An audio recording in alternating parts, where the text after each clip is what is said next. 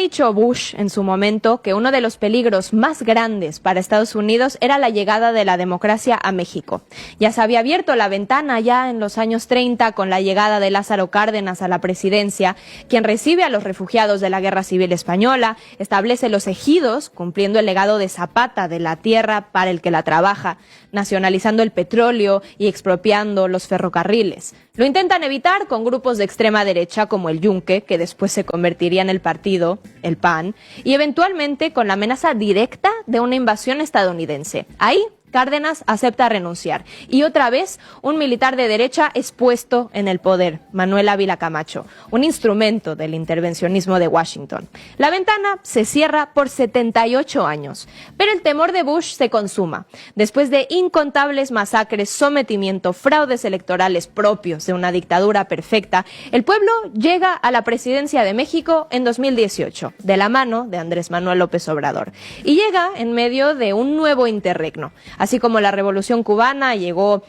a clavar el estandarte de soberanía en medio de la Guerra Fría y las dictaduras militares en la región, y la Revolución Bolivariana llega para desmentir la patraña del fin de la historia y la inviolabilidad del neoliberalismo, la Cuarta Transformación llega para abrazar la unidad latinoamericana frente a la caída del imperio estadounidense, para ser el faro de la izquierda. La respuesta de la presidenta Sheinbaum ya todos la hemos escuchado. Además del mapa, el icónico, con todo respeto al presidente Trump, yo creo que le informaron que en México todavía gobernaba Felipe Calderón y García Luna, pero no. En México gobierna el pueblo, un pueblo soberano y antiimperialista, le podríamos añadir con honor.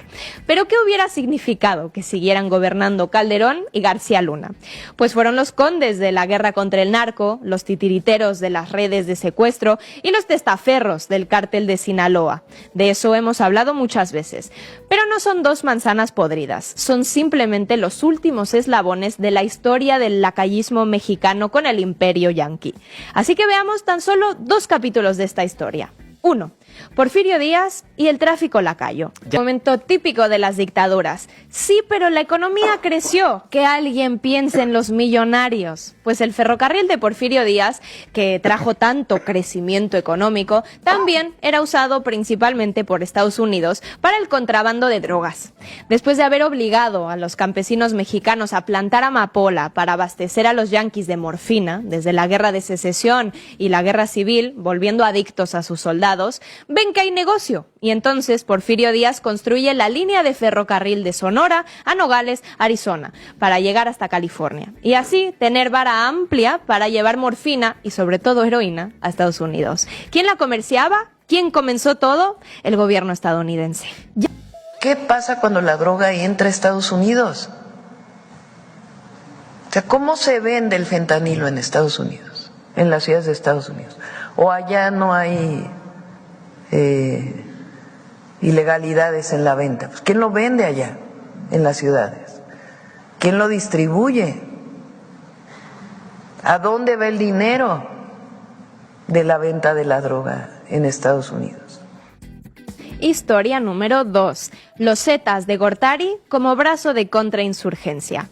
Salinas de Gortari da a luz al neoliberalismo en México. Aleluya. Libre empresa, libre mercado, también y especialmente para las drogas. Y qué mejor que traficar drogas a la par que reprimes movimientos sociales. Sin ser nada nuevo, los yanquis ya tenían la experiencia de los contras en Nicaragua, que fabricaron y utilizaron para tratar de derrocar al sandinismo y de pilón llevar cocaína a Estados Unidos en aviones del ejército estadounidense. Y en México crean a los Zetas.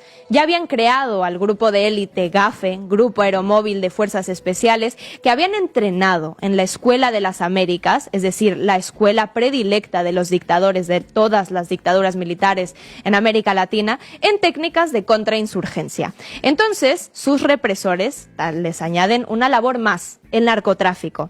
Serían los famosos Zetas, que antes de volverse el cártel más temerario del país, tienen como primera labor reprimir al recién surgido EZLN. Así que con estos dos capítulos de historia, le diríamos a Trump que le informaron mal. No solo no gobierna Calderón, ni García Luna, tampoco el dictador Porfirio Díaz, ni Salinas de Gortari, tampoco el lacayismo, ni el neoliberalismo entreguista. Ahora sí, gobierna el pueblo.